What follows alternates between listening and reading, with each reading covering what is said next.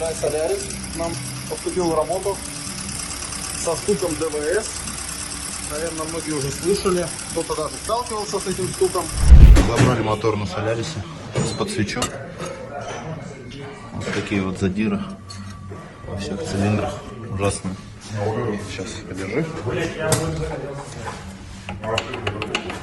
так вот. Сейчас повезем блок, его будут точить и будем ставить ремонтную поршню. Вчера забрали коленвал с проточки.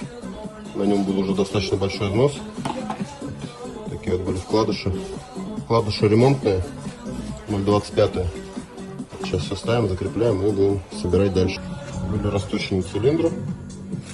Ремонтная поршня уже 0,50, потому что задиры были очень сильные. Прокачиваем первый раз машину завожу. Прокачиваем пару раз топлива. Поехали. Машина завелась. Маслодавление ничего не горит, все в порядке. Сейчас мы ее глушим и, соответственно, будем проверять все жидкости, еще уровень, и потом будет машина работать, греться. Мотор завели, работает все четко, стука нет, все ровно. Сейчас сгорает немного коллектор. Сейчас будем выкатывать на улицу, будет машина стоять работать.